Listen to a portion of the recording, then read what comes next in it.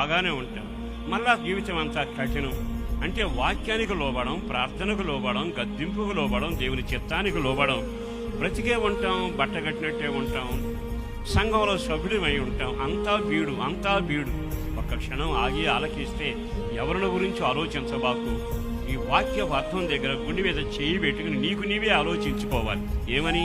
ఎన్నిసార్లు దేవుడు నన్ను గద్దించాడు, మారానా? ఎన్నిసార్లు నన్ను హెచ్చరిక చేశాడు, బాప్తిసం పొందానా? ఎన్నిసార్లు నన్ను గద్దించాడు, నా సహోదరుతో సమాధాన పడ్డానా? ఎన్నిసార్లు ఇది విడిచిరా అని కేక వేశాడు, నేను గతమని వదలకుండా ఎన్నిసార్లు జీవించాను? అంటే కఠినం మనిషిని వెంటాడుతూనే ఉంటుంది.